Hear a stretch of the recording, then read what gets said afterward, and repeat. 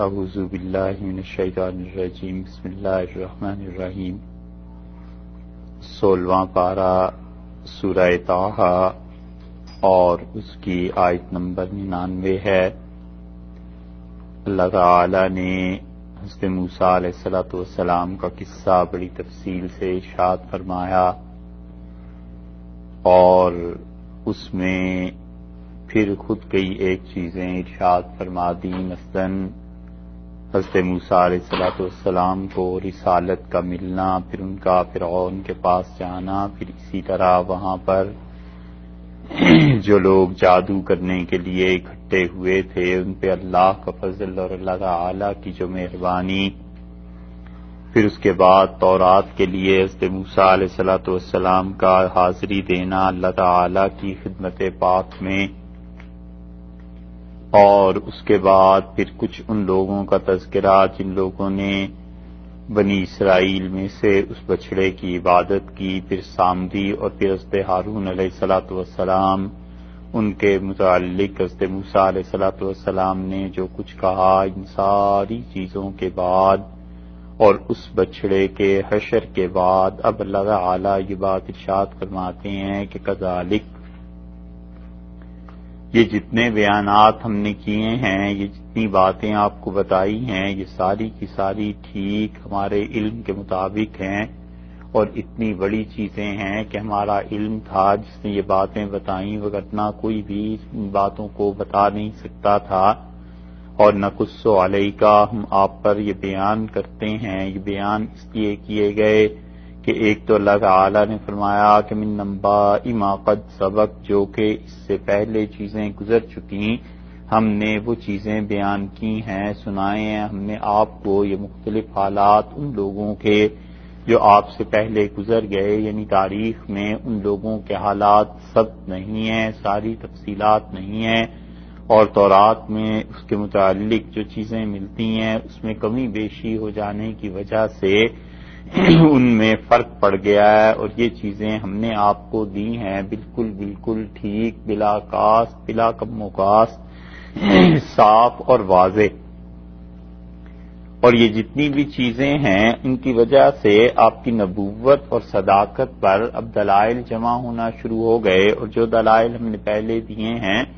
ان میں مزید اضافہ ہو گیا کہ مشرکین مکہ اور اسی طرح اہل کتاب کے جو علماء ہیں جب ان چیزوں کو سنیں اور پڑھیں تو انہیں خود یقین آ جانا چاہیے کہ محمد صلی اللہ علیہ وسلم نے اپنی طرف سے کوئی چیز نہیں گھڑ لی لکھ لی، بلکہ اللہ نے انہیں یہ چیزیں دی ہیں اور اللہ ہی کی طرف سے ان کی رہنمائی کی گئی ہے، اور رسالت اور نبوت کی یہ بہت بڑی دلیل ہے، تو انہیں چاہیے کہ وہ ایمان قبول کر لیں اور اللہ تعالی کی وحدانیت اور رسول اللہ صلی اللہ علیہ وسلم کی رسالت ان چیزوں کے قائل ہو جائیں۔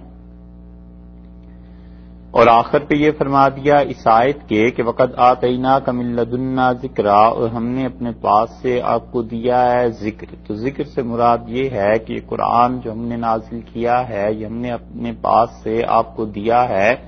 یہ پڑھنے کی چیز ہے، یاد کرنے کی چیز ہے، اس قرآن کو یاد کرتے رہیے، اس قرآن کو پڑھتے رہیے، کیونکہ یہ قرآن اللہ کی کتاب پچھلی کتابوں پر مہیمن ہے، پچھلی کتابوں پر نگران ہے، اور یہ کتاب بتاتی ہے کہ پچھلی کتابوں میں جو باتیں آئی تھیں ان میں کیا کیا کمی بیشی ہو گئی، اور یہ کتاب آپ کو بتا دے گی کہ اصل حقیقت کیا ہے۔ ذکرہ کا لفظ جو ہے اس سے مفسرین نے قرآن کریم مراد لیا ہے، تو ہمارے پاس سے قرآن آپ کے پاس آ گیا، اور اس کے بعد ارشاد فرمایا کہ من اعرض عنہ، اور جو اس قرآن سے منہ پھیر لے، جو کوئی آدمی اس سے اعراض کرے، اپنے آپ کو ہٹا لے، فَإِنَّهُ، وہ آدمی یحمل یوم القیامت، قیامت کے دن وہ آدمی اٹھائے گا وزرا، بوجھ،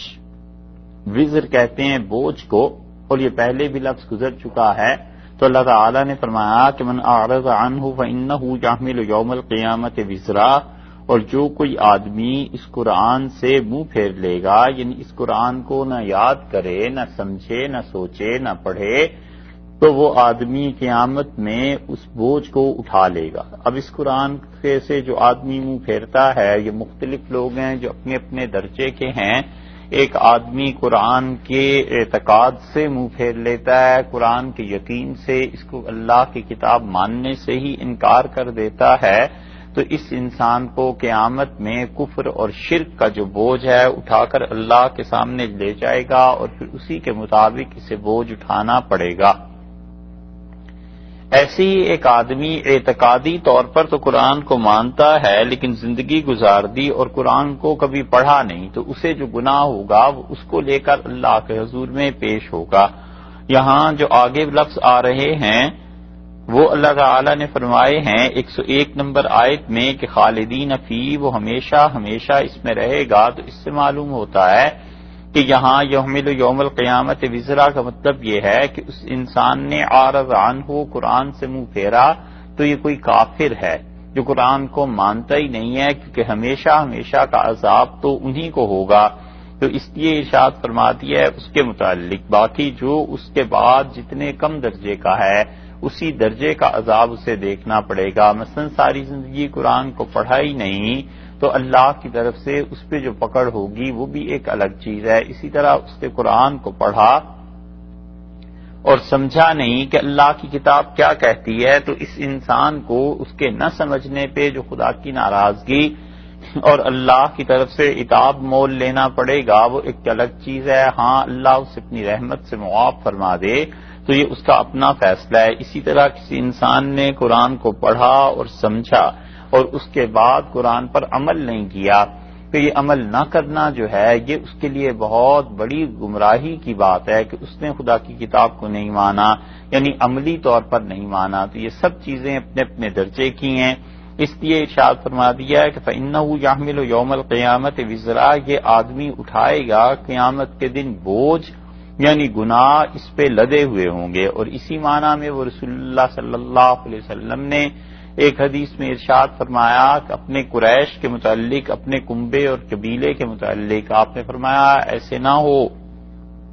کہ قیامت کے دن تم لوگ آؤ اور تم میں سے کسی آدمی کی گردن پر اونٹ کے برابر بوجھ لدا ہوا ہو، اور کسی کی گردن پہ گائے کے برابر ہو، اور کسی کی گردن پہ بکری کے برابر ہو، اور کسی آدمی کی گردن پہ مرغی کے برابر، اور کوئی آدمی انڈے کے برابر بوجھ لے کر آئے اور پھر وہ مجھ سے کہے کہ میں اس کی مدد کر دوں، تو رسول اللہ صلی اللہ علیہ وسلم نے فرمایا اگر اللہ کا ارادہ پکڑنے کا ہے تو میں تمہاری کوئی مدد نہیں کر سکوں گا۔ تو انسان یہ قیامت میں اپنے گناہوں کا بوجھ اٹھا کر حاضر ہوگا۔ پھر فرمایا کہ خالدین فی، پڑے رہیں گے اس میں، ہمیشہ ہمیشہ کے لیے یہ لوگ پڑے رہیں گے اس بوجھ میں۔ یہ جو بوجھ انہوں نے اٹھایا تھا، اس بوجھ کے اٹھانے کا جو عذاب اور اس بوجھ کے اٹھانے کی جو دقت ہے یہ اس میں پڑے رہیں گے۔ اس لیے فی کا مطلب یہ ہے کہ ان کا جو بوجھ ہوگا یہ بوجھ کم نہیں ہوگا، اس بوجھ کو وہ ہمیشہ محسوس کریں گے۔ یہ جو خالدین فی ہے اس میں بعض مفسرین نے کہا ہے کہ فی ہی میں ضمیر کدھر جا رہی ہے، تو وہ اس کو لے کر ادھر جاتے ہیں کہ وزر، یعنی اللہ کے عذاب کا بوجھ یہ ہمیشہ اٹھائے رہیں گے۔ خدا کی طرف سے جو نافرمانی پر سزا ملے گی یہ اس کے ساتھ ہمیشہ رہیں گے۔ وَسَاءَ لَهُمْ، اور ارشاد فرمایا کہ کیا ہی برا ہے یوم القیامت، قیامت کے دن، حملہ، بوجھ اٹھانے کا۔ قیامت کے دن میں یہ برا ہے ان پر بوجھ اٹھانے کا، یہ جو اللہ کے ہاں پیش ہوں گے، گناہ لے کر آئیں گے، کتنی ہی بری چیز ہے جو اٹھا کر لاد کے لا رہے ہیں۔ دنیا میں آپ دیکھیں ہر انسان کوئی نہ کوئی چیز لے کے ہی آتا ہے۔ اب ایک آدمی ہے وہ بوجھ اٹھاتا ہے، ایک بچہ ہے وہ کتابوں کا بوجھ اٹھاتا ہے، کتنا بھلا لگتا ہے کہ پڑھنے کے لیے جا رہا ہے، تعلیم حاصل کرنے کے لیے۔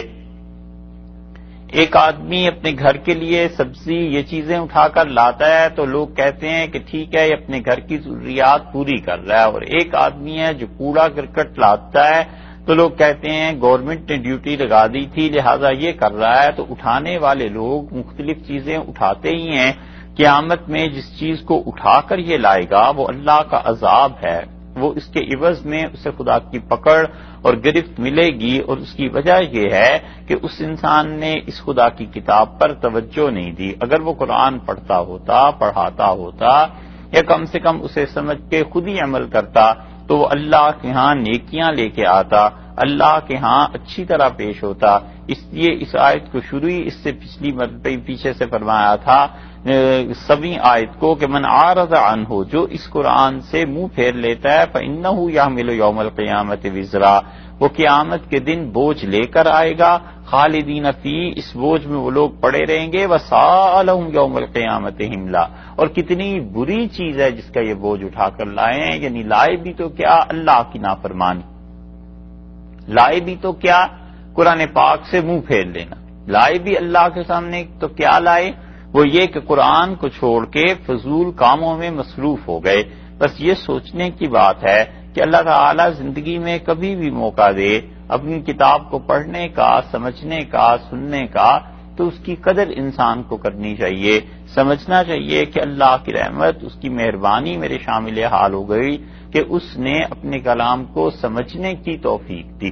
جب آدمی خود اللہ کے کلام کو سمجھنے کے لیے کوشش کرتا ہے تو شیطان بھی پھر اتنا ہی سخت ہو جاتا ہے، اسے پتا ہوتا ہے کہ یہ آدمی اب میرے قابو سے باہر نکلنے لگا ہے، وہ اس کو ایسی فضول چیزوں میں پھنساتا ہے کہ کسی طرح اللہ کے کلام سے وہ ہٹ جائے، اور آدمی اپنے نفس کی شرارت سے جو گناہ کرتا ہے، اللہ کے ہاں جو کبیرہ گناہوں کا مرتکب ہو جاتا ہے، علیہ باللہ، پھر خدا اسے اپنے کلام کے سمجھنے کی توفیق بھی چھین لیتا ہے، کیونکہ اصل تو اللہ کی دی ہوئی توفیق ہے، اصل چیز تو اللہ کی طرف سے ہے۔ تو آدمی جب یہ کرنے لگتا ہے کہ اللہ نے اسے پاک اور صاف گویا کہ دودھ دے دیا، اب اس میں وہ دودھ میں کچھ غلط چیز شامل کرنے لگ جائے، مثلا اس دودھ میں اس نے کھٹی چیز کو شامل کر دیا، تو وہ دودھ تو ضرور پھٹ جائے گا۔ اس لیے جب آدمی اللہ کی کتاب کو سمجھنے لگے تو پھر گویا وہ پیدل چلنے کی بجائے اڑ رہا ہے، اب جب اڑنے سے گرے گا تو اس کو ضرور زیادہ چوٹ پہنچے گی، تکلیف ہوگی، ہڈی پسلی ٹوٹ جائے گی۔ اور باقی شیطان کا معاملہ ایسا ہی ہے کہ وہ کہتا ہے کسی طرح اس آدمی کو قابو میں کرو، کیونکہ یہ ہمارے ہاتھ سے نکلا جا رہا ہے، اور اللہ تعالی نے اسی لیے فرما دیا ہے کہ جو لوگ اس کتاب پر ایمان نہیں رکھتے اور قرآن کو نہیں مانتے، جو وہ اللہ کے ہاں پیش ہوں گے تو یوم ینفخ فی الصور، اور جس دن کیا ہو جائے گا، پھونک دیا جائے گا فی الصور، سور میں، وہ ایسا دن آئے گا جس دن پھونک دیں گے سور میں۔ یہ سور جو ہے لفظ اللہ تعالی نے استعمال فرمایا ہے، یہ سور اصل میں رسول اللہ صلی اللہ علیہ وسلم نے جو چیز دیکھی ہے اس کے متعلق ہے۔ آپ نے فرمایا جب میں معراج میں گیا تو میں نے ایک جگہ ایک فرشتے کو دیکھا، اور اس نے اپنے منہ میں ایک چیز رکھی ہوئی تھی، اور ایسی چیز تھی جیسے سینگ ہوتا ہے گائے کا، کسی چیز کا، اور اس کو اندر سے کھوکھلا کر لیا جائے، اندر سے اس کا گودا وغیرہ سب چیزیں نکال دی جائیں تو بالکل اندر سے خالی ہو جائے گا۔ آپ نے فرمایا اس نے منہ میں رکھا ہوا تھا اور اس کی نظریں اپنے پاؤں پہ جمی ہوئی تھی، بالکل چوکنا ہو کر کھڑا تھا۔ میں نے جبریل امین سے پوچھا کہ یہ کون ہے؟ اس نے کہا یہ اسرافیل علیہ السلام ہے۔ میں نے کہا یہ کیا ہے؟ انہوں نے کہا یہ سور پھونکنے کے لیے اس انتظار میں ہے کہ اللہ کی آواز، اللہ تعالی کا حکم جو ہی آئے فوری طور پر یہ اللہ کے حکم کے مطابق سور پھونک دیں۔ اور میں نے کہا کب سے یہ ایسے کھڑا ہے؟ انہوں نے کہا جس دن سے یہ پیدا ہوا ہے اس دن سے اب تک اسی طرح یہ کھڑا ہے، اللہ کی اطاعت کے لیے، اللہ تعالی کا حکم پورا کرنے کے لیے۔ تو معلوم ہوتا ہے کہ یہ ہے سور، جس میں وہ آواز لگائے گا، جس میں وہ فرشتہ پھونک مار دے گا، اور اس کی فریکوینسی اتنی زیادہ ہوگی کہ اس کائنات کے بندھن ٹوٹ جائیں گے۔ زمین جو اپنے مدار میں چل رہی ہے یہ مدار اس کا ٹوٹ جائے گا، چاند اور سورج جو مدار میں چل رہے ہیں یہ ٹوٹ جائیں گے، اور یہ سب ایک دوسرے سے جا کر ٹکرائیں گے، اور وہ تباہی ہوگی اس کائنات اور اس دنیا میں جو اس سے پہلے بھی کبھی نہیں ہوئی اور اس کے بعد بھی کبھی نہیں ہوگی۔ اور پھر اللہ تعالی اس کے بعد لوگوں کو دوسری مرتبہ سور پھونکا جائے گا، پھر کھڑا کر دیں گے، اور دوسری مرتبہ کا پہلا سور جو ہے وہ تباہی کے لیے، دوسرا پھونکا جائے گا تاکہ لوگ اٹھیں اپنی قبروں سے، اللہ کے حضور میں حاضر ہوں۔ اس لیے قرآن پاک میں کہیں پہلی مرتبہ مراد ہوتی ہے، کہیں دوسری مرتبہ مراد ہوتی ہے۔ یہاں پر پہلی مرتبہ اللہ تعالی نے ارشاد فرمایا یوم ینفخ فی الصور، اور جس دن سور پھونک دیا جائے گا تو اس کے بعد سب لوگ تباہ ہو جائیں گے۔ اچھا، بعض مفسرین کی رائے یہ ہے کہ یہ جو نفخ سور ہے کہ سور میں آواز دے دی جائے گی، پھونک مار دی جائے گی، پھونک دیں گے، یہ دوسری مرتبہ مراد ہے۔ اور وہ کہتے ہیں کیونکہ بعد میں دیکھو کیا آ رہا ہے وَنَحْشُرُ الْمُجْرِمِينَ يَوْمَئِذٍ زُرْقًا، اور ہم اس دن جمع کر لیں گے مجرموں کو، اس دن میں ہم جمع کریں گے مجرموں کو زرقا، جو نیلی آنکھوں والے ہوں گے۔ تو وہ کہتے ہیں کہ یہ دوسرا سور ہے، کیونکہ جمع کیے جائیں گے نا لوگ، قبروں سے اٹھائے جائیں گے، تو اس لیے یہاں پر مراد وہ دوسرا سور ہے۔ اور جو کہتے ہیں پہلا سور ہے وہ کہتے ہیں دونوں باتیں ہی الگ الگ ہیں۔ اللہ تعالی نے فرما دیا یوم ینفخ فی الصور، اور جس دن کیا ہوگا، سور پھونک دیا جائے گا، اور اس کے بعد دوسرے کا ذکر نہیں کیا، بلکہ یہ فرمایا وَنَحْشُرُ الْمُجْرِمِينَ، اور ہم گناہ گاروں کو اکٹھا کر لیں گے یومئذ، اس قیامت کے دن میں زرقا، اور یہ جو قیامت میں گناہ گار اکٹھے کیے جائیں گے یہ نیلی آنکھوں والے ہوں گے۔ عربوں میں سیاہ آنکھیں مشہور تھیں، سیاہ آنکھیں حسین اور خوبصورت گنی جاتی تھیں، اور ان علاقوں میں نیلی آنکھیں نہیں ہوا کرتی تھیں۔ اسی لیے اللہ تعالیٰ نے یہ جو لفظ استعمال کیا ہے یہاں پر، اس کا ایک ترجمہ تو یہی ہے کہ نیلی آنکھوں والے، یعنی عرب چونکہ سب سے پہلے قرآن کے مخاطب تھے، قرآن کو سمجھتے تھے، تو اس لیے انہیں بتایا گیا کہ دیکھو نیلی آنکھیں جنہیں تم مکروہ سمجھتے ہو یہ اس دن گناہ گاروں کی ہو جائیں گی۔ اسی لیے لغت میں آتا ہے بنو احمر کی آنکھیں، بنو احمر سے مراد عیسائی، رومی، وہ آتے تھے، ان سے ملتے تھے، تو ظاہر ہے کہ اب بھی اور اس وقت بھی ان لوگوں کی آنکھیں تو بلو آئیز ہوتی ہیں نا، اس لیے اس لفظ کو فرمایا، اور اسی لیے عربوں کی ان سے تو دشمنی تھی، تو آہستہ آہستہ یہ لفظ جو تھا ازرق العین، فلاں آدمی جو نیلی آنکھوں والا ہے یعنی ہمارا دشمن ہے۔ تو عربوں کی عیسائیوں سے زمانہ جاہلیت سے، اس سے بھی پہلے سے ہزاروں برس سے دشمنی آپس میں چلتی آ رہی تھی۔ تو اس لیے یہاں پر بلو آئیز کا مطلب یہ ہے کہ عرب جو تھے آنکھوں کی زرقت، نیلاہٹ، اس کی مذمت کرتے تھے، آنکھوں کا اودا ہونا، اودا سمجھتے ہیں نا، یہ لفظ اب بھی استعمال ہوتا ہے، اودا نیلا، آنکھوں کے لیے استعمال کرتے ہیں، اس کی آنکھیں اودی ہیں۔ جی کہتے ہی بلو کلر کا، لیکن استعمال بھی آج کل ہوتا ہے یا نہیں؟ یہاں آ کے نہیں بولتے؟ اچھا خیر، تو عربوں کے ہاں یہ چیز تھی، مذمت کرتے تھے، تو اس لیے اللہ تعالی نے یہ نہیں ہے کہ آنکھوں کو کوئی اچھا اور برا کہا ہے، بلکہ اس محاورے کے مطابق کہا ہے کہ وہ اس دن جو ہوں گے نا یومئذ زرقا، وہ نیلی آنکھوں والے ہوں گے، یعنی دشمنی ہوگی خوب ان کے ساتھ، انہوں نے ہماری معصیت اور نافرمانی میں زندگی کاٹی اور اللہ کے ساتھ ان کی دشمنی کا معاملہ۔ اور دوسرا ترجمہ جو اس کے مفسرین نے کیا ہے وہ بالکل صاف ہے، اس میں اتنی بات کی بھی ضرورت نہیں، وہ کہتے ہیں زرقا عربی میں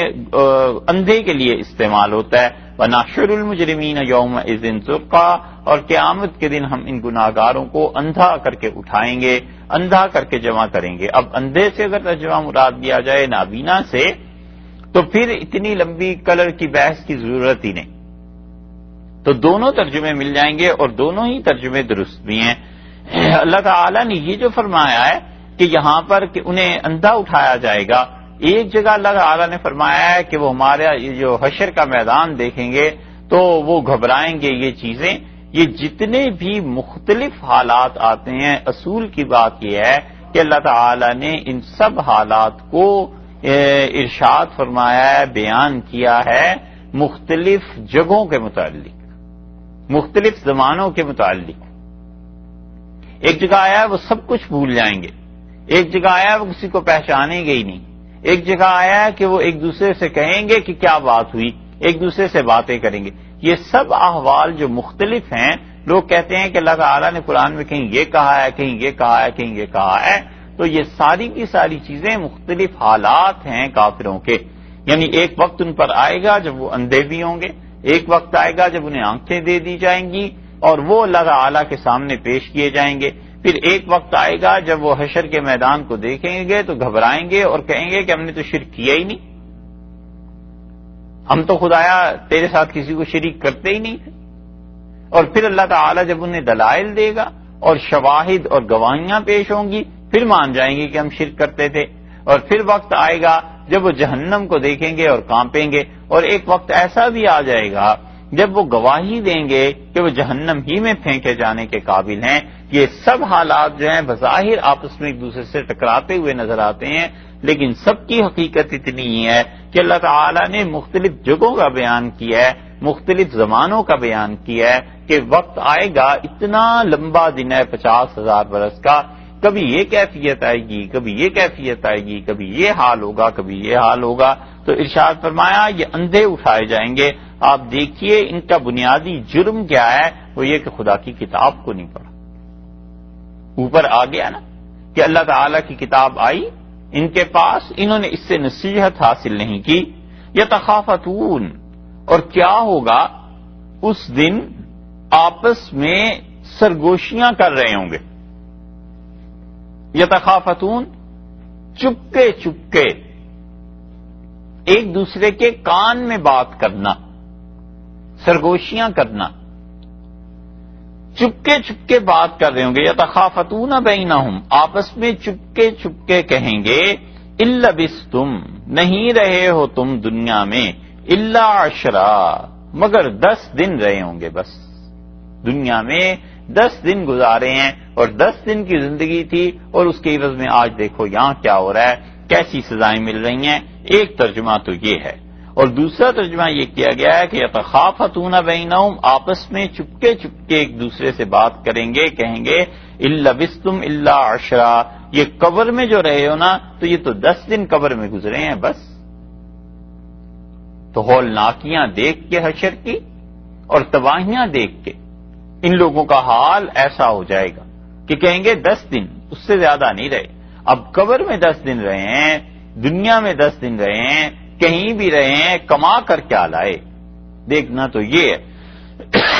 اور وہ لائے ہیں اللہ کی معصیت، اللہ کی نافرمانی، اور اس کے عوض میں خدا کا عذاب۔ نحن اعلم، ہم خوب جانتے ہیں۔ اللہ تعالی نے اپنے متعلق فرمایا کہ ہم خوب جانتے ہیں بما یقولون، یہ جو کچھ کہیں گے قیامت کی شدتوں کو دیکھ کے، اتنے بڑے دن کو دیکھ کے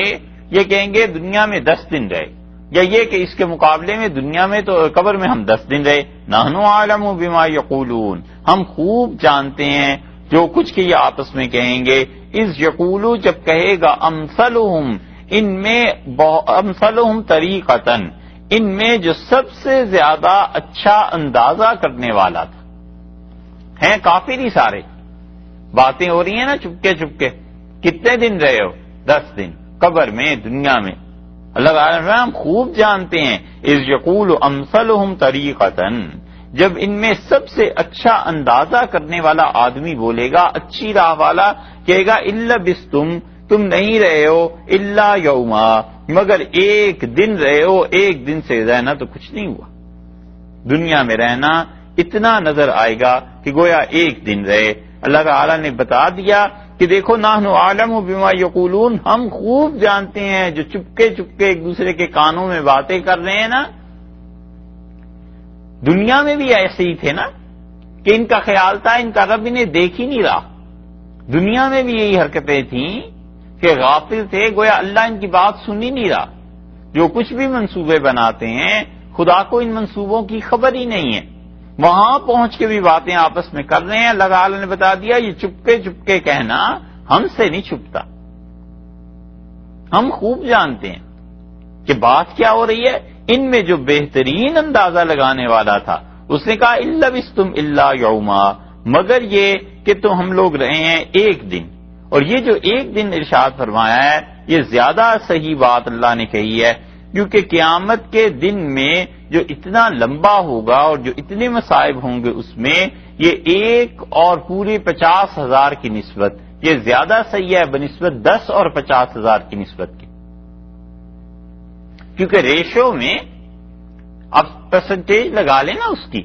تو ایک کہتا ہے 50,000 سال کے مقابلے میں ہم دنیا میں 10 دن رہے یا قبر میں 10 دن رہے، اور ایک کہتا ہے نہیں اتنا لمبا دن ہے، اتنی مصیبتیں ہیں، اس کے مقابلے میں ہم 1 دن رہے ہیں۔ تو اس لیے فرما دیا ہے کہ ان میں جو سب سے اچھا اندازہ کرنے والا ہوگا ہے وہ بھی کافر، لیکن اس کی بات جو ہے وہ زیادہ بنسبت سچائی کے قریب ہے کہ وہ جو اندازہ کر رہا ہے وہ 10 کی نسبت زیادہ صحیح بات کر رہا ہے، یعنی آپس میں یہ نہیں ہے مراد کہ ایک بھی جو کہہ رہا ہے وہ سچ ہی کہہ رہا ہے بالکل، لیکن 10 کے مقابلے میں یہ زیادہ بہتر اندازہ کر رہا ہے۔ مثلا ایسے سمجھ لیجئے کہ کوئی آدمی کہتا ہے کہ 100 میں سے اتنے فیصد آدمی نمازی ہیں، مسلمان جو ہیں 100 میں سے 10% نماز پڑھتے ہیں، دوسرا کہتا ہے 10 نہیں، خیال ہے 7% نماز پڑھتے ہیں، تیسرا کہتا ہے اندازہ کر لو مشکل سے 2 یا 3% نماز پڑھتے ہیں۔ تو اب 3 رائے ہو گئی نا، تو 10 کی نسبت جس نے 7 کہا تھا وہ زیادہ اور قریب آ گیا 3% کے۔ تو اس طرح اللہ تعالی نے تقابل کے اعتبار سے کہا ہے، وگرنہ بات دونوں ہی کی غلط ہے۔ اس قیامت کے شدائد، اس زمانے کا طول اور وہ پورا دن، اس کو کیا نسبت بنتی ہے انسان کی زندگی سے اور کیا نسبت بنتی ہے قبر سے، وہ تو اتنا شدید دن ہے کہ انبیاء علیہ الصلوۃ والسلام اور اللہ کے رسول علیہ الصلوۃ والسلام وہ بھی اس دن کہیں گے کہ خدایا ہماری جان کو بچا اور ہمیں اللہ سلامت رکھ، باقی کسی اور کا ہمت اور زہرہ ہی کیا ہے۔ تو اس لیے اللہ تعالی نے فرمایا کہ یقول امثلہم طریقۃ، ان میں جو سب سے زیادہ اندازہ کرنے والا تھا وہ کہے گا الا بستم الا یوما، اور بس رہے ہو 1 دن، اس سے زیادہ نہیں۔ وَيَسْأَلُونَكَ عَنِ الْجِبَالِ، اور آپ سے یہ سوال کرتے ہیں پہاڑوں کے بارے میں۔ اب مفسرین کو ان دونوں آیات کا آپس میں ربط لگانے میں دشواری پیش آئی ہے۔ وہ کہتے ہیں ذکر ہو رہا ہے قیامت کا، اور ذکر ہو رہا ہے کہ وہ کہیں گے دنیا میں 1 دن رہے یا 10 دن رہے یا قبر میں 1 یا 10 دن رہے، یہ پہاڑ بیچ میں کہاں سے آ گئے، یہ ذکر کہاں سے آ گیا؟ تو مفسرین کہتے ہیں کہ بات یہ ہے قیامت کے حالات کا ذکر ہو رہا ہے، اور ان حالات میں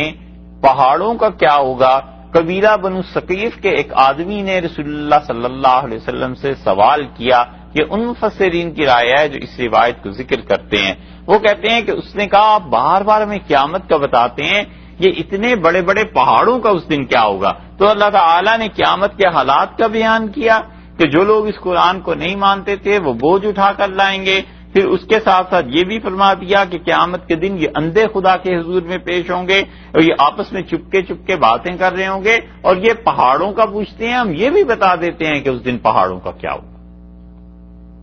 یہ ہے آپس میں ان آیات کا ربط۔ اور کچھ مفسرین کہتے ہیں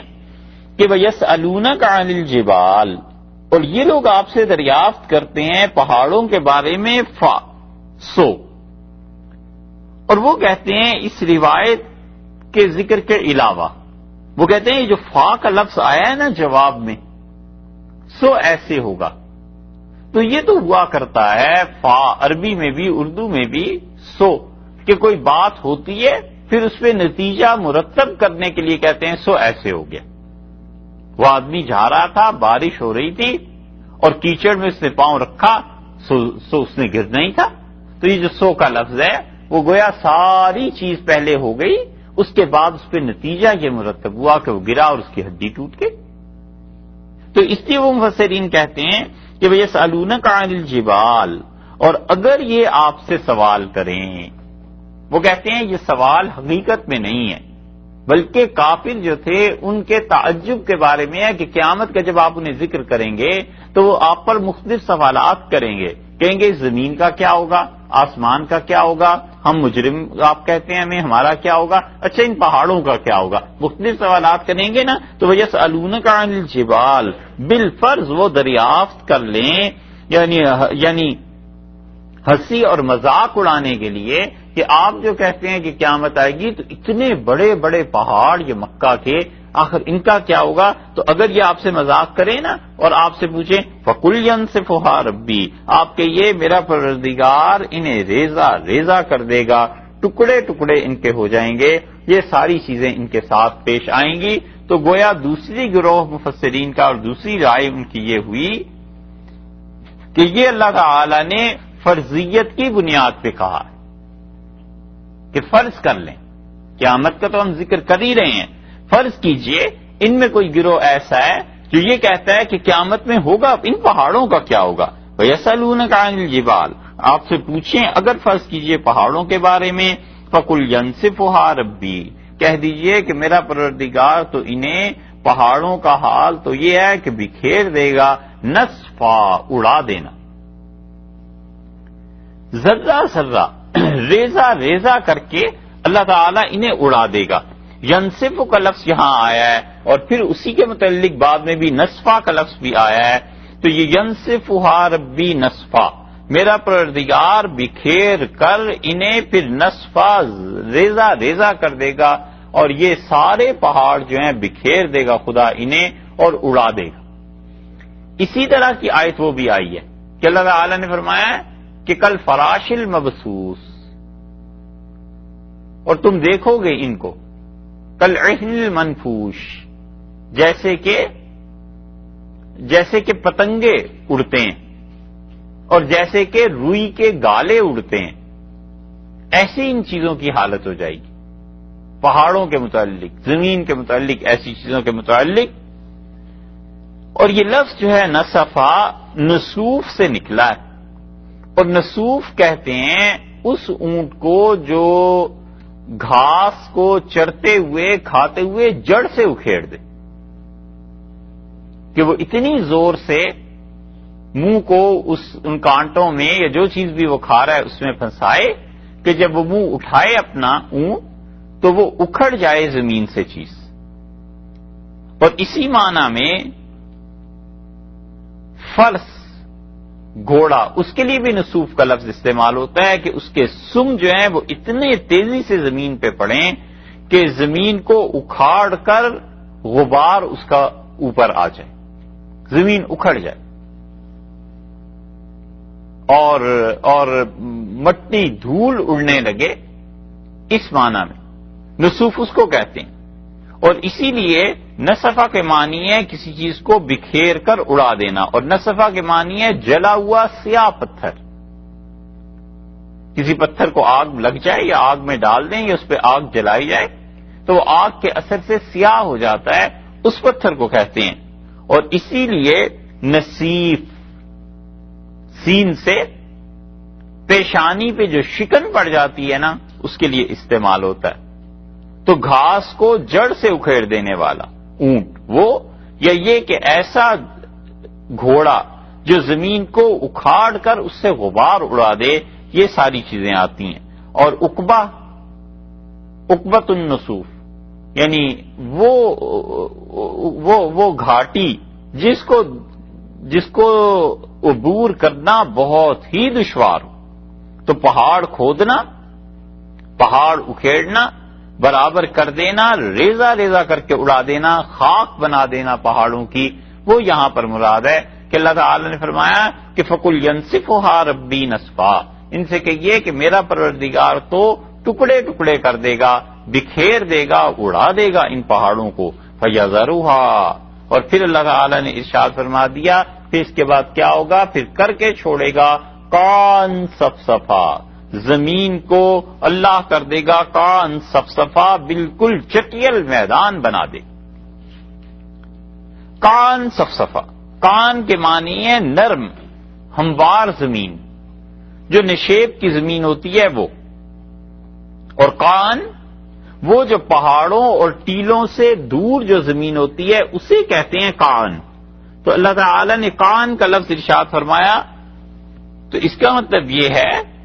کہ اللہ تعالیٰ اس کو ایسی زمین کی طرح پوری دنیا کو بنا دے گا جو پہاڑ اور ٹیلوں سے دور جو وادیاں ہوتی ہیں، ہموار زمین، نشیب کی زمین ہوتی ہے، پہاڑ کی نسبت نشیب میں آتی ہے نا، تو ایسی ساری زمین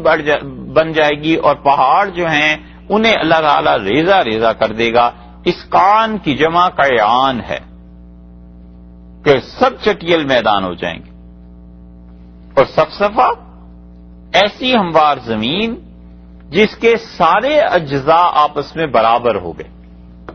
یہ زمین ایسے ہو جائے گی. اس لیے ارشاد فرما دیا کہ کان سفسفہ، ہم تو زمین کو ایسے کر دیں گے کہ وہ چٹیل میدان کی صورت اختیار کر لے گی اور اللہ تعالی زمین کو ہموار کر دے. لا ترا، نہ دیکھو گے تم فیہا، اس زمین میں عوجم ولا امتا، اور اس زمین میں عوج بھی نہیں ہوگا اور امتا بھی نہیں ہوگا. دو لفظ ارشاد فرمائے ہیں یہ بھی، عوج اور امتا. اور عربی میں عوج اور امت کے جو الفاظ ہیں، عوج اور عوج دونوں لفظ ہیں، عین کی زیر کے ساتھ بھی اور عین کی زبر کے ساتھ بھی. اور یہاں پر اللہ تعالی نے عین کی زیر کے ساتھ استعمال فرمایا، عین کی زیر کے ساتھ استعمال فرمایا کہ لا تری فیہا عوجا ولا امتا یومئذ یتبعون الداعی لا عوج لہ. پھر عین کی زیر کے ساتھ استعمال فرمایا ہے، پہلے بھی اور بعد میں بھی دونوں جگہ عوج کا لفظ عین کی زیر کے ساتھ ہے. تو عین پر اگر زبر آ جائے عوج تو کہتے ہیں کسی ایسی چیز کو موڑ دینا جو زمین میں دھنسی بھی ہو، اس چیز کو موڑ دینا، اس کو کہتے ہیں عوج. اور اسی لیے عجت البعیر بزمامہ ہی، میں نے اونٹ کو موڑ دیا اس کی مہار کو. اونٹ کی جو رسی اس کی ناک میں پڑی ہوئی ہوتی ہے، اور جو ٹیڑھا پن زبر کے ساتھ آنکھ سے دیکھا جائے کسی چیز کا ٹیڑھا پن واضح ہو تو عوج اس کو بھی کہتے ہیں. زمین میں کوئی لکڑی گاڑی کسی نے ٹیڑھی اس پہ. اور عوج کہتے ہیں کہ بالکل معمولی چیز، ایسی چیز معمولی ناہمواری جو بغور دیکھنے سے پتا چلے. کوئی آدمی غور سے دیکھے تو پھر اسے پتا چلے کہ ہاں زمین میں تھوڑی سی نشیب و فراز ہے، اونچی نیچی ہے. تو اللہ نے فرمایا یہ بالکل معمولی سی جو ناہمواری ہے نا، ہم اسے بھی نہیں چھوڑیں گے. لا تری فیہا عوجا، تم اس میں بالکل نہیں دیکھو گے یہ چیز کہ وہ ذرا سی بھی ناہموار رہ گئی ہے. ولا امتا، اور امتا کا مطلب ہے ٹیلا، بلندی، کسی چیز کا مختلف ہونا. تو عوج یہ بھی ختم، اور اس کے بعد امتا یہ بھی ختم. زمین اونچی نیچی نہیں رہے گی،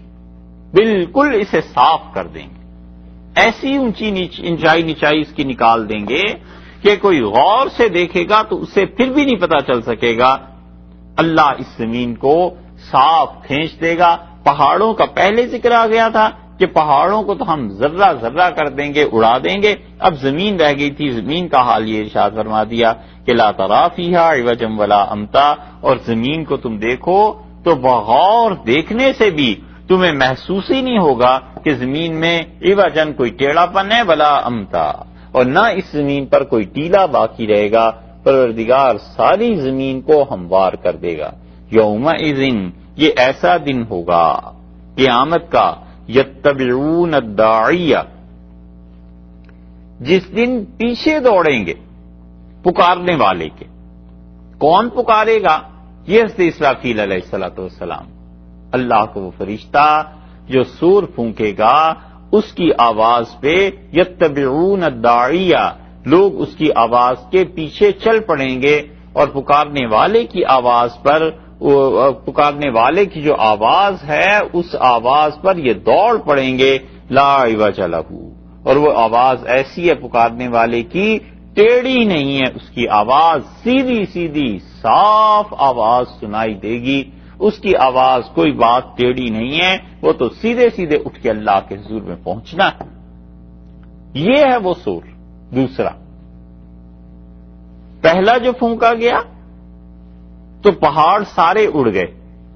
زمین ہموار ہو گئی، تباہی ہو گئی، کائنات کی بربادی ہو گئی. اور دوسرا پھونکا گیا تو یومئذ یتبعون الداعی لا عوج لہ، اللہ نے فرمایا پھر دوسرا جس اور پھونکا جائے گا تو جو پکارنے والا ہے اس کی پکار پہ، اس کے بلانے پہ لوگ چل پڑیں گے اس کے پیچھے، اور پھر اس میں کوئی ٹیڑھا پن نہیں ہوگا. وخشعت الاصوات، اور ایسا دن ہوگا جس دن آوازیں جھک جائیں گی، جس دن آوازیں جو ہیں دب جائیں گی. اتنی شدید کیفیت ہوگی کہ لوگ اونچی آواز سے بات نہیں کر سکیں گے. جسے کہتے ہیں نا اردو میں کہ ڈر کے مارے گھگی بند گئی فلاں آدمی کی، شیر کو جب دیکھا تو اس کی تو گھگی بن گئی، یعنی آواز نہیں نکلتی تھی اس کے منہ سے. اس معنی میں وخشعت الاصوات للرحمن، اور رحمان کے لیے، اللہ کے لیے آوازیں بالکل دھیمی پڑ جائیں گی. فلا تسمعوا، تم نہیں سنو گے، الا ہمسا، مگر پاؤں کی ہلکی ہلکی آہٹ. ہمسا جو ہے وہ اصل میں استعمال ہوتا ہے کسی کا دبے پاؤں چلنا. ہمس الاقدام، پاؤں کی ہلکی سی آہٹ جو ہوتی ہے اس کے لیے استعمال ہوتا ہے. اس لیے کہا کہ فلا تسمعوا الا ہمسا. اور دیکھو کہ اس دن ایسی شدت کی کیفیت ہوگی کہ کوئی انسان اونچا بولنا تو درکنار، چلے گا بھی تو پاؤں رکھ رکھ کے آہستہ آہستہ، کوئی آواز سنائی نہیں دے گی. پچھلی صورت میں ایک لفظ آیا تھا رکزہ، بہت معمولی آواز، وہ ہے اس معنی میں کر کے کہ اللہ نے فرمایا لوگ قبروں سے اٹھیں گے اور جس طرح سے آواز آئی تھی بس اس کے پیچھے چلتے جائیں گے. اس دن سارے لوگ، ان کو اپنی ہوش نہیں ہوگی، اتنی شدید پریشانی کی کیفیت میں ہوں گے. اور اللہ تعالیٰ نے فرمایا یومئذ لا تنفع الشفاعۃ، اور ایسا دن ہوگا لا تنفع الشفاعۃ، قیامت کا دن جس میں کام نہیں آئے گی سفارش، الا ہاں من اذن لہ الرحمن، جس کو رحمان کا حکم ہو جائے گا اس کو، ورضی لہ قولا، اور جس کی بات سے رحمان راضی ہوا اللہ، اس کو سفارش کی اجازت ہو جائے گی، وگرنہ سفارش کی اجازت کسی کو نہیں ہوگی. یہ وہ آیت ہے جو اگرچہ کئی مرتبہ گزر چکی، لیکن اللہ تعالی نے یہاں پر ایک اور الفاظ یہاں پر ارشاد فرمایا کہ لا تنفع الشفاعۃ الا من اذن لہ الرحمن، کسی کی سفارش اس دن نہیں چلے گی مگر من اذن لہ الرحمن، جس کو رحمان اجازت دے دے گا اس کی سفارش چلے گی. تو اللہ تعالی نے اس سفارش کے عقیدے کی جڑ ہی اکھیڑ دی جس پر سارا دار و مدار عیسائیت کا ہے. یہی عقیدہ ہے نا کہ حضرت عیسیٰ علیہ السلام سب کو چھڑا لیں گے، اور وہاں بھی یہی عقیدہ ہے بہت سے یہودی فرقوں کا کہ ابراہیم علیہ السلام کرسی ڈال کے بیٹھ جائیں گے جہنم پہ، سب کو چھڑا لیں گے. اللہ تعالی نے اس کی جڑ ہی اکھیڑ دی. اللہ نے فرمایا کوئی خدا کے یہاں سفارش نہیں کر سکے گا، اللہ جس کو پکڑنا چاہے گا کوئی اسے نہیں بچا سکے گا. اسی طرح کفارے کا عقیدہ کہ ہم جتنے بھی گناہ کریں، ایک اللہ کا اچھا بندہ یا والعیاذ باللہ خدائی کا ایک حصہ سولی پہ چڑھ گیا اور اس کے خون کے، مسیح علیہ السلام کے خون نے باقی سب دنیا کے گناہ معاف کرا دیے، اور وہ ہمارے ہی گناہوں کی وجہ سے سولی پر چڑھ گیا تھا. یہ سب عقیدوں کو اللہ نے جڑ سے اکھیڑ دیا اور فرمایا لا تنفع الشفاعۃ، قیامت کے دن کسی کی سفارش اللہ کے یہاں نہیں چلے گی، الا من اذن لہ الرحمن، ہاں مگر جس کو اللہ تعالی اجازت دے دے، یا یہ کہ جس کو اللہ تعالی حکم دے دے کہ تم سفارش کرو، اس کی سفارش چلے گی. اور کس کس کو حکم ہوگا؟ تمام انبیاء علیہ الصلوۃ والسلام کو اور اللہ کے مختلف بندوں کو. وہ احادیث ابھی عرض کرتے ہیں جن احادیث میں اس کی تفصیل آئی ہے، اور خاص طور پہ رسول اللہ صلی اللہ علیہ وسلم کو حکم ہوگا کہ آپ لوگوں کی سفارش کیجئے. ایک بات تو یہ ہوگی، بلکہ دوسری بات، پہلے تو عقیدے کی بات اور دوسری جو اللہ نے فرما دی کہ جس کو ہم حکم دیں، اور تیسری بات ارشاد فرما دی کہ وَرَضِيَ لَهُ قَوْلًا، اور جس کی بات کو اللہ نے پسند کیا ہو، یعنی کسی سفارش کرنے والے کا جملہ اور قول کسی گناہگار کے حق میں اللہ پسند فرما لے تو اس کو سفارش سے نفع پہنچے گا گناہگار کو۔ اس آیت کے دو ترجمے کیے گئے ہیں، دونوں تفسیریں ہیں، دونوں صحیح ہیں، اور امام راضی رحمۃ اللہ علیہ نے ایک کو ترجیح دی ہے۔ پہلی سیدھی سادی بات تو یہ کہ سفارش وہ کرے گا، کسی کی نہیں چلے گی مگر اس کی جس کو اللہ حکم دے دیں، وَرَضِيَ، اور اللہ اس کی بات سے خوش ہو جائیں، لہو، اس فاسق و فاجر، اس گناہگار کے لیے، قولا، اللہ کسی بات پر خوش ہو جائیں کہ اللہ تعالی اس سفارش کرنے والے کے جملے سے خوش ہو جائیں اور اس گناہگار کے حق میں اس کی سفارش مان لیں۔ دوسری بات امام راضی رحمۃ اللہ علیہ سے ترجیح دیتے ہیں، وہ کہتے ہیں کہ یومئذ لا تنفع الشفاعۃ، قیامت کے دن کوئی سفارش کام نہیں آئے گی، الا من اذن لہ الرحمن، سوائے اس کے جسے رحمان اجازت دے دے۔ اب رحمان کس کو اجازت دے دے؟ وہ کہتے ہیں فی الحال ٹھہر جاؤ، کہتے ہیں رحمان اجازت دے دے، وَرَضِيَ لَهُ قَوْلًا، جس کے لیے رحمان ایک جملہ، قولا ایک جملہ، ایک جملے سے اس کے راضی ہو، اس کو خدا اجازت دے دے گا۔ تو گویا کہ ہم نے پہلے دو گروہ بنائے، الا من اذن لہ الرحمن والے لوگ الگ کہ جنہیں خدا حکم دے، وَرَضِيَ لَهُ قَوْلًا، اور اللہ جس کی بات سے راضی ہو تو اسے دوسرا گروہ یعنی جو گناہگار ہیں ان کے بارے میں خدا حکم دے گا کہ سفارش کر، اور امام راضی رحمۃ اللہ علیہ سے ایک ہی گروہ قرار دیتے ہیں۔ وہ کہتے ہیں الا من اذن لہ الرحمن، مگر وہ جسے رحمان اجازت دے، یہی گناہگار، یہی مجرم، یہی فاسق و فاجر آدمی، وَرَضِيَ لَهُ قَوْلًا، اور خدا اس کے قول سے راضی ہو جائے، تو وہ کہتے ہیں یہ جو ایک جملہ جس سے اللہ اس سے راضی ہو جائے گا، وہ کہتے ہیں وہ اس کی شہادت ہے لا الہ الا اللہ کی، یہ اس فاسق اور گناہگار کے پاس ہوگی، اللہ اس سے راضی ہو جائے گا، خوش ہو جائے گا، اور اس کو انبیاء علیہ الصلوۃ والسلام کی سفارش اور شفاعت کام میں آ جائے گی۔ آیا خیال؟ دو چیزیں ہو گئیں، ایک یہ کہ انبیاء علیہ السلام گناہگاروں کے حق میں شفاعت کریں، کافروں کو تو فائدہ کچھ ہے نہیں، مومن بخشے جائیں گے، مومنوں کی ترقی ہو گئی۔ ایک کوئی فاسق و فاجر ہے، راضی کہتے ہیں کہ من اذن لہ الرحمن، جس کو اللہ نے اجازت دی، وَرَضِيَ لَهُ قَوْلًا، اور جس کے جملے سے جملہ اللہ نے اس کا پسند فرما لیا کہ کم سے کم فاسق و فاجر ہی صحیح لا الہ الا اللہ کا تو قائل تھا نا، تو جب لا الہ الا اللہ کا قائل تھا، ہم اس کے اس جملے سے خوش ہیں، اس کو معاف کرتے ہیں۔ یہ امام راضی رحمۃ اللہ علیہ نے اسے ترجیح دی ہے۔ یعلم، اللہ تعالی خوب جانتا ہے۔ ہاں اب یہ بات ایک رہ گئی کہ یہاں یہ جو فرمایا ہے کہ من اذن لہ الرحمن، جس کو اللہ تعالی اجازت دے یا حکم دے تو اللہ تعالی اس کو حکم دے گا کہ تم سفارش کرو۔ اب اللہ تعالیٰ جن کو بھی حکم دے گا کہ سفارش کرو،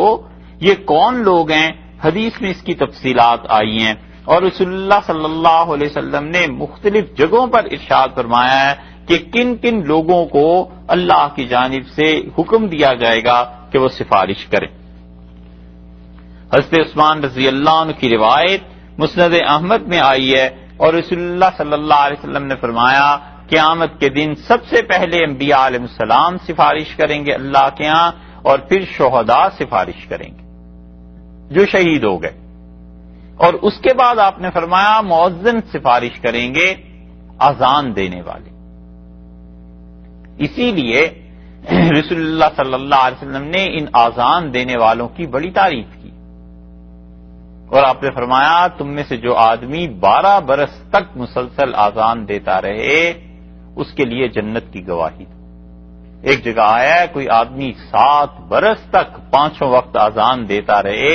اس آدمی کی جنت کی گواہی دو۔ حضرت عمر رضی اللہ عنہ کہتے تھے کہ میں اگر خلیفہ نہ ہوتا تو میں اپنے لیے پسند کرتا کہ میں اذان دیتا رہوں، کیونکہ انہوں نے رسول اللہ صلی اللہ علیہ وسلم سے آذان کی مختلف چیزیں، اس کے فضائل سنے تھے۔ تو حدیث میں آتا ہے کہ یہ لوگ آذان دینے والے اللہ کے ہاں سفارش کریں گے۔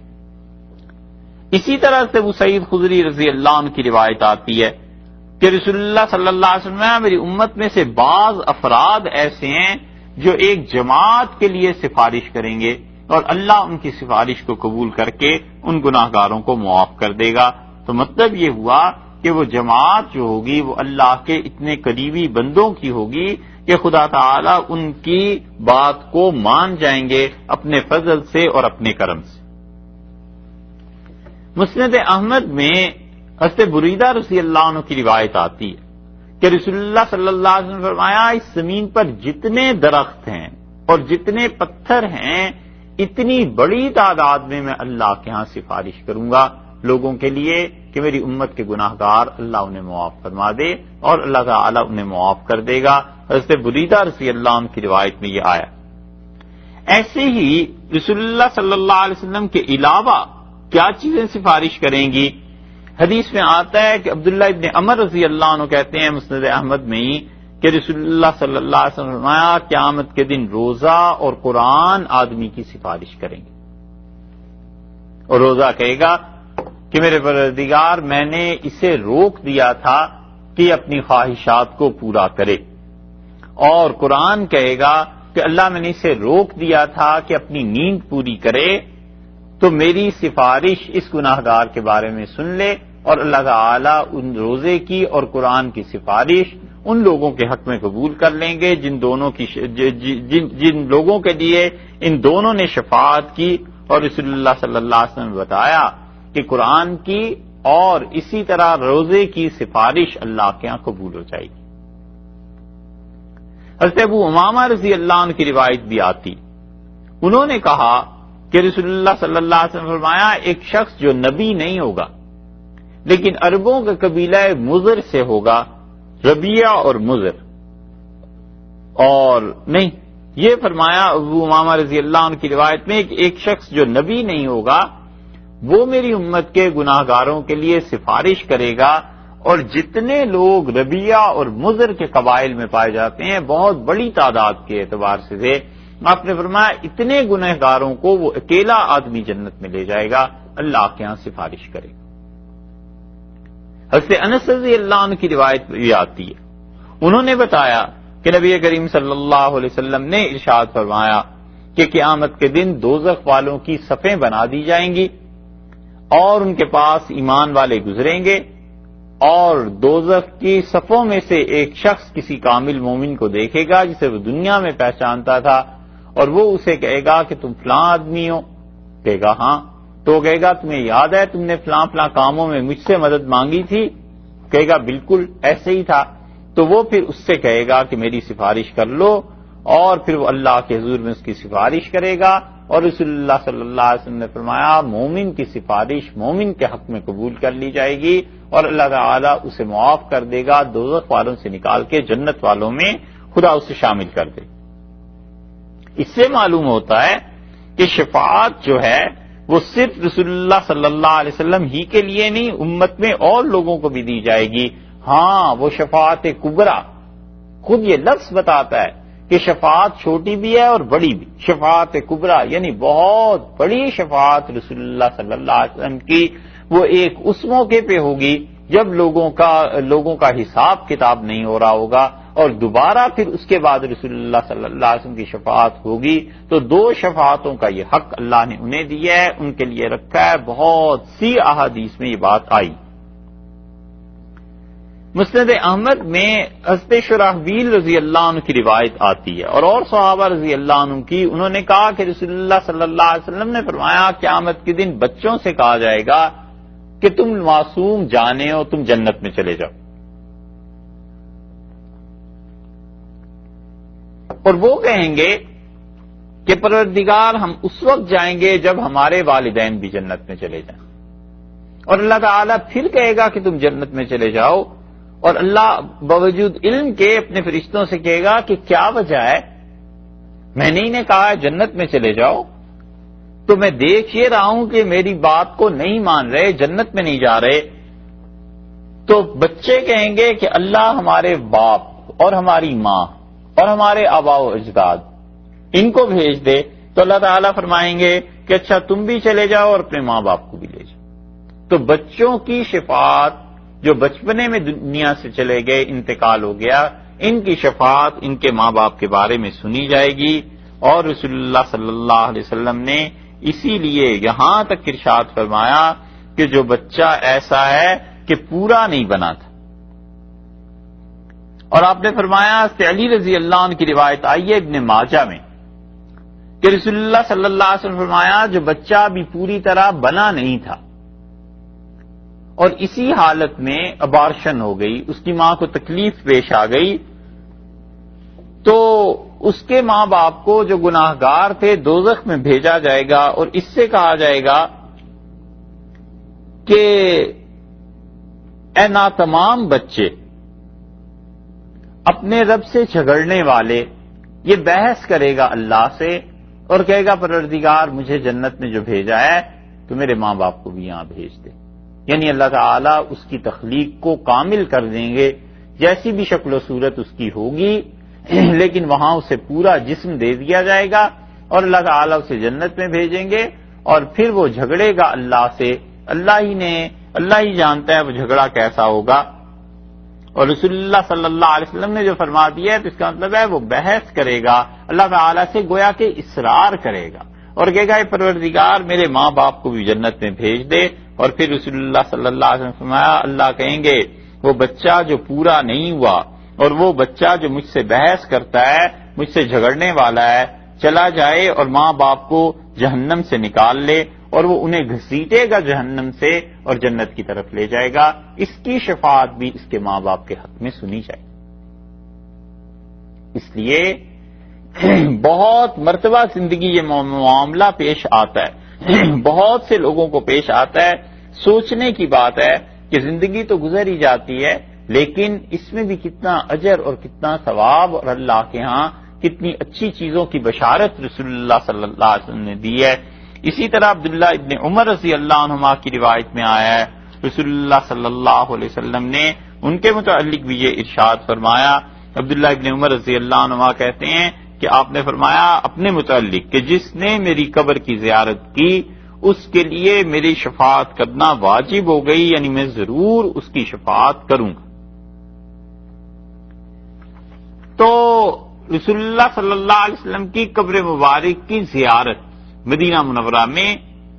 جو آدمی اس نیت سے سفر کرتا ہے اس کی سفارش رسول اللہ صلی اللہ علیہ وسلم قیامت میں شفاعت اس کی کریں گے۔ اسی لیے حنفی فقہا کہتے ہیں، خاص طور پہ ابن حمام رحمۃ اللہ علیہ، کہ مکہ مکرمہ سے مدینہ منورہ جب جائے یا کہیں سے بھی دنیا میں مدینہ منورہ جب جائے تو وہ کہتے ہیں رسول اللہ صلی اللہ علیہ وسلم کی قبر کی نیت رکھنی چاہیے کہ اس کی زیارت کرنی، اور وجہ اس کی یہی ہے کہ اس انسان کو شفاعت کا حق گویا کہ مل جائے۔ بچوں کے متعلق ایک اور بات ہے، پہلے وہ عرض کرتے ہیں پھر اس شفاعت کے مسئلے کو عرض کرتے ہیں۔ حضرت عبداللہ ابن عباس رضی اللہ عنہ کی روایت بھی ایسی آئی کہ یہ بچہ جو ابارشن جس میں ہو گئی اس کی شفاعت، اور وہ کہتے ہیں کہ میں نے رسول اللہ صلی اللہ علیہ وسلم سے سنا، ترمذی کی روایت میں آتا ہے آپ نے فرمایا جس کے 2 چھوٹے بچوں کا انتقال ہو جائے تو اللہ تعالیٰ اس کو ان کی وجہ سے جنت میں داخل کر دے گا۔ حضرت عائشہ رضی اللہ عنہ نے کہا کہ آپ کی امت میں سے کسی کے ایک بچے کا انتقال ہو جائے تو رسول اللہ صلی اللہ علیہ وسلم نے فرمایا کہ ایک بچے کی وجہ سے بھی اس کے ماں باپ کو جنت میں بھیجا جائے گا۔ اور پھر حضرت عائشہ رضی اللہ عنہ کہتی ہیں میں نے رسول اللہ صلی اللہ علیہ وسلم سے پوچھا کہ کسی کی کوئی اولاد نہ ہو، یعنی کسی بچے کا انتقال نہیں ہوا، یہ کہ سرے سے اولاد ہی نہیں ہوئی، تو اس کا کیا ہوگا؟ اس کا قیامت میں کون استقبال کرے گا؟ یہاں تو بچوں نے کر لیا جو بالکل ناتمام بچہ تھا ابارشن، اور 2 بچوں نے کر لیا، ایک نے کر لیا جس کی اولاد ہی نہیں تھی یا اولاد تھی اور اس میں سے کسی کو اس مصیبت کا سامنا نہیں کرنا پڑا، تو رسول اللہ صلی اللہ علیہ وسلم نے فرمایا پھر میں اس کا استقبال کر لوں گا، اور میری امت کے لیے مجھ سے بچھڑ جانا، میری موت، میرا دنیا سے چلا جانا، اس سے بڑا حادثہ لوگوں کے لیے کیا ہوگا؟ تو مراد یہ ہے کہ لوگوں کو جو مجھ سے محبت ہوگی میری امت کو، تو وہ جب میرے انتقال کا، میری وفات کا، دنیا سے چلے جانے کا سوچیں گے تو حسرت ہوگی کہ کاش اس زمانے میں ہوتے، کاش رسول اللہ صلی اللہ علیہ وسلم کے ساتھ تعلق ہوتا، کوئی زیارت ہوتی، تو وہ جو اس درد کو اور دکھ کو محسوس کرے گا، فرمایا اس سے بڑی مصیبت ان کے لیے کیا ہوگی؟ تو فرمایا ایسے لوگ میں ان کا قیامت میں سفارش کرنے والا بن جاؤں۔ عبداللہ ابن عمر رضی اللہ عنہ کی بھی ایسی روایت آتی ہے، حضرت علی رضی اللہ عنہ کی روایت آتی ہے، انہوں نے کہا رسول اللہ صلی اللہ علیہ وسلم نے فرمایا، یہ جو روایت ہے حضرت عائشہ رضی اللہ عنہ کی، یہ ترمذی میں بھی ہے، سنن کبریٰ میں امام بہقی رحمۃ اللہ نے بھی اس کا ذکر کیا، حضرت علی رضی اللہ عنہ کی روایت بھی آئی ہے ابن ماجہ میں، انہوں نے کہا جس شخص نے قرآن پاک پڑھا اور حفظ کر لیا، رسول اللہ صلی اللہ علیہ وسلم فرمایا اس کے گھر کے 10 ایسے آدمی جو سب دوزخ کے مستحق تھے اس کی سفارش سے جنت میں چلے جائیں گے۔ یہ شفاعت کا حق ہے جو مختلف لوگوں کو دیا جائے گا۔ اسی طرح وہ آدمی جو مدینہ منورہ کا سفر کرتا ہے رسول اللہ صلی اللہ علیہ وسلم کی قبر مبارک کی نیت کر کے کہ قبر مبارک کی زیارت کرنی ہے، رسول اللہ صلی اللہ علیہ وسلم فرمایا جس نے میری قبر کی زیارت کی میں اس کے لیے شفاعت کرنے والا بن جاؤں گا، سفارش کرنے والا، اور آپ نے فرمایا میں اس کی گواہی بھی دوں گا، یعنی ایمان کی بھی گواہی قیامت میں دوں گا۔ اسی لیے حنفی فقہا کا موقف یہی ہے کہ وہ کہتے ہیں مدینہ منورہ میں رسول اللہ صلی اللہ علیہ وسلم کی قبر مبارک کی نیت کر کے سفر کرے تاکہ ان احادیث کی وجہ سے قیامت میں اس کی سفارش بھی ہو جائے اور رسول اللہ صلی اللہ علیہ وسلم اس کے ایمان کی گواہی بھی دیں۔ یہ سب چیزیں اسی لیے ابن حمام رحمۃ اللہ علیہ نے فتح القدیر میں اس پہ بحث بھی کی ہے اور اس چیز کو ترجیح دیا ہے جو قول ہم نے آپ سے عرض کیا ہے، اور امت میں کسی کا بھی اختلاف نہیں کہ رسول اللہ صلی اللہ علیہ وسلم کی قبر مبارک اس کی نیت کرنا، اس کی زیارت کرنا یہ کوئی گناہ کی بات ہے۔ سب کہتے ہیں کہ بہت بڑی نیکی کی چیزوں میں سے ایک ہے، بلکہ یہ مدینہ منورہ کی اپنی افضلیت، اس کی فضیلت، حتیٰ کہ مسجد نبوی کی فضیلت سوچے تو اسی وجہ سے تو ہے کہ رسول اللہ صلی اللہ علیہ وسلم وہاں ہیں۔ اگر نبی کریم صلی اللہ علیہ وسلم وہاں نہ ہوں تو پھر اس مسجد کی کیا فضیلت باقی رہ جاتی؟ ہم سمجھتے ہیں کہ آج اگر رسول اللہ صلی اللہ علیہ وسلم کے جسد مبارک کو فرض کر لیجئے دنیا میں کہیں اور منتقل کر دیا جائے تو وہ ساری کی ساری فضیلتیں وہاں چلی جائیں گی، کیونکہ اس ہستی کی وجہ سے تو اس شہر کی عزت ہے، اس مسجد کا احترام ہے، یہ چیزیں اگر وہی ہستی نہ رہے تو پھر کیا چیز رہے گی؟ اور امت میں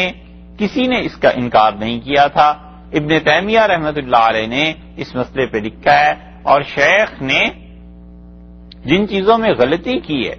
اور جن چیزوں میں ان سے بہت شدید غلطیاں ہو گئی ہیں ان میں سے ایک مسئلہ یہ بھی ہے، اور وہ کہتے ہیں مسجد نبوی کی زیارت کی نیت کرے اور رسول اللہ صلی اللہ علیہ وسلم کی قبر مبارک کی زیارت کی نیت نہ کرے، کیونکہ آپ نے فرما دیا ہے کہ اللہ کا قرب حاصل کرنے کے لیے 3 مسجدوں کے علاوہ کسی جگہ کا سفر جائز نہیں ہے۔ ہم کہتے ہیں کہ یہ حدیث صحیح ہے،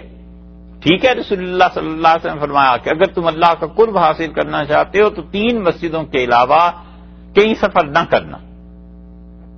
مسجد اقصی، مسجد نبوی اور بیت اللہ۔ ہم کہتے ہیں بالکل ٹھیک ہے، لیکن رسول اللہ صلی اللہ علیہ وسلم نے جو کچھ کہا ہے اس حدیث کو سمجھنا چاہیے۔ آپ نے کہا اللہ کے قرب کے لیے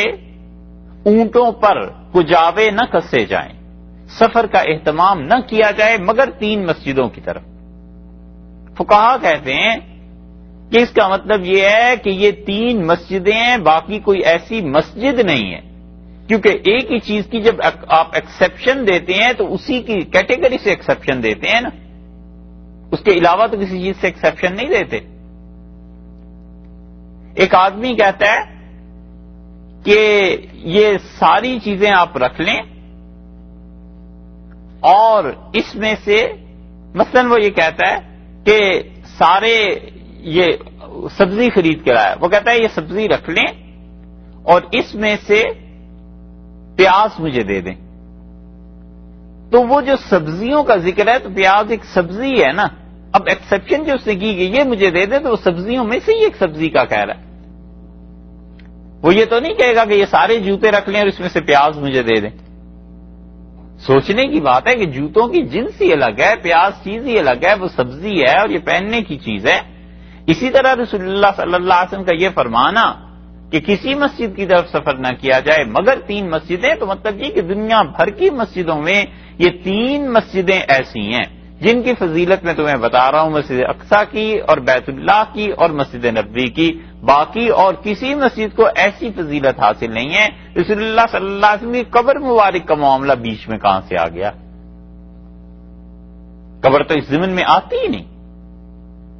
تو یہ شیخ سے غلطی ہوئی ہے ابن تیمیہ رحمۃ اللہ علیہ سے،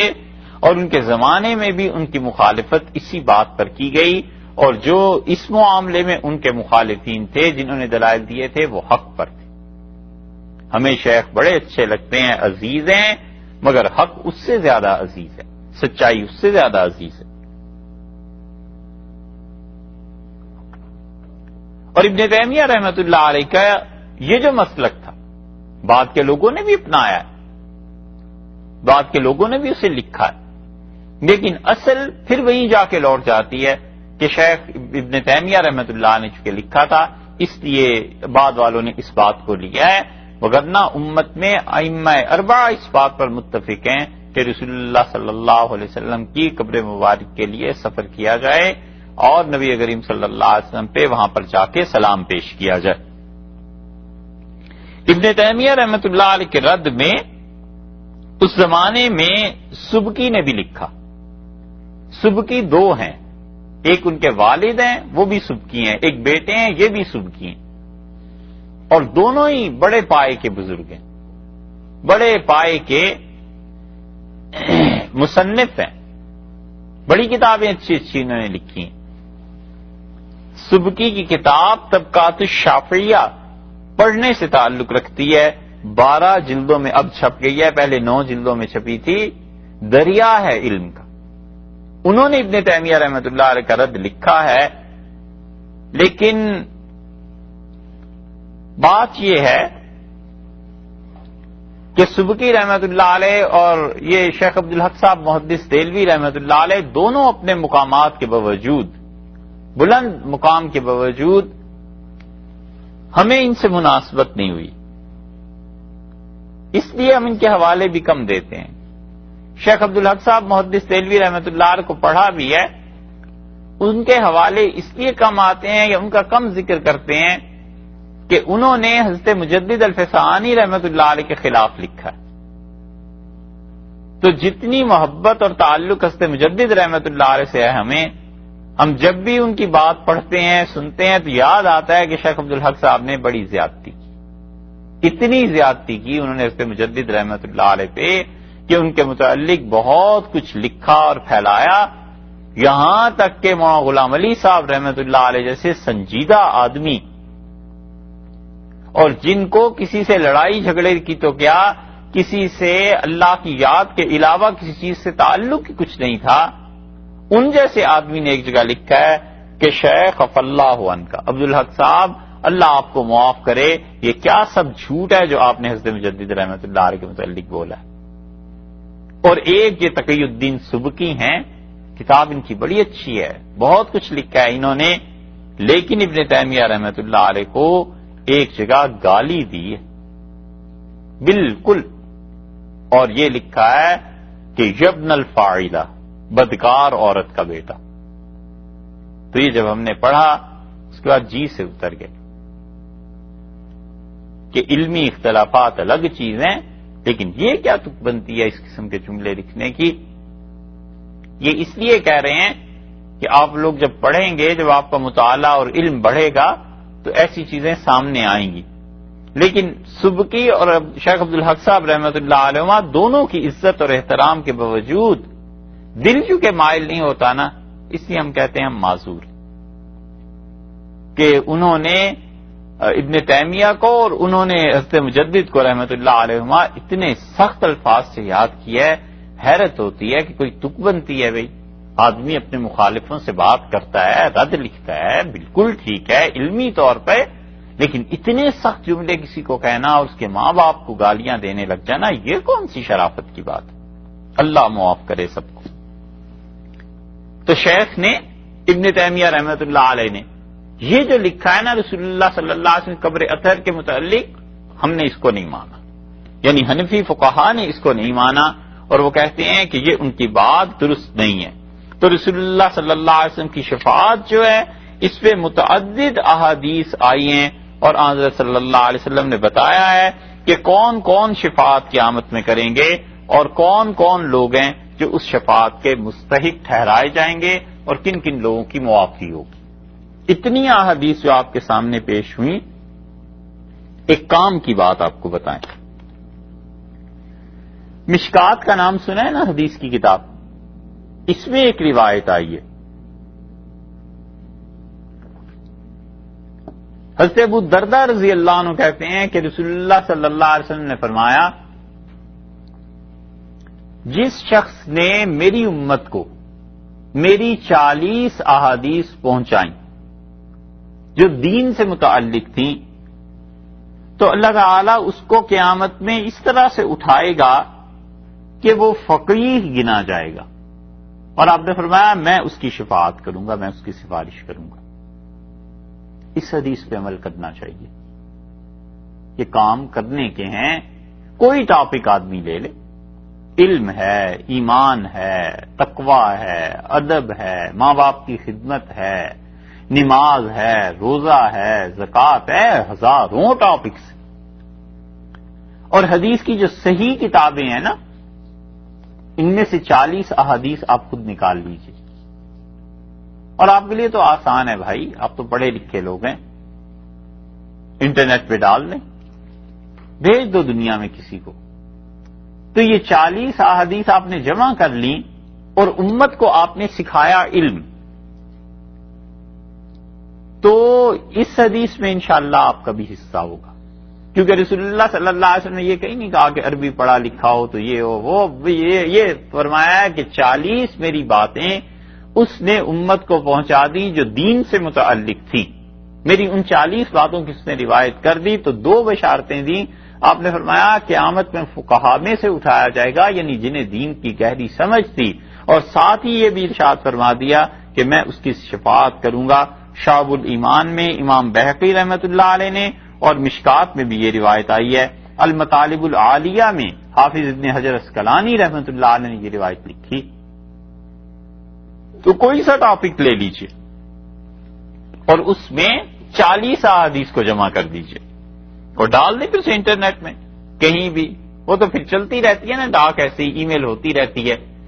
تو گویا آپ نے ایک ایسا اچھا کام کر دیا کہ رسول اللہ صلی اللہ علیہ وسلم کی شفاعت کی امید گویا کہ رکھنی چاہیے یہ کام کرنے کا، اور جب آپ یہ کر لیں تو ہم اس میں یہ کر سکتے ہیں کہ ان احادیث کو دیکھ لیں،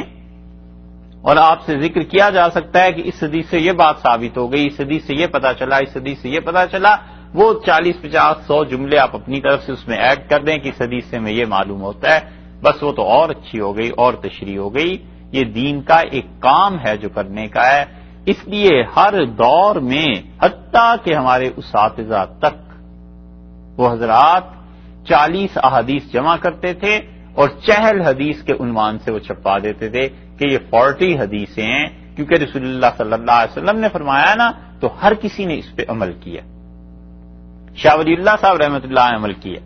40 احادیث ایک جگہ جمع کر دی ہیں، اس بنیاد پہ، اسی وجہ سے کہ قیامت میں رسول اللہ صلی اللہ علیہ وسلم کی شفاعت انہیں ملے، اپنے اپنے ذوق کی بات ہے۔ بعض لوگوں نے نماز کے متعلق 40 روایتیں جمع کر دی ہیں، بعض نے روزوں کے متعلق کر دی ہیں، بعض نے علم کے متعلق کر دی ہیں، بعض نے ادب کے متعلق کر دی ہیں، بعض نے غصے پر قابو پانا،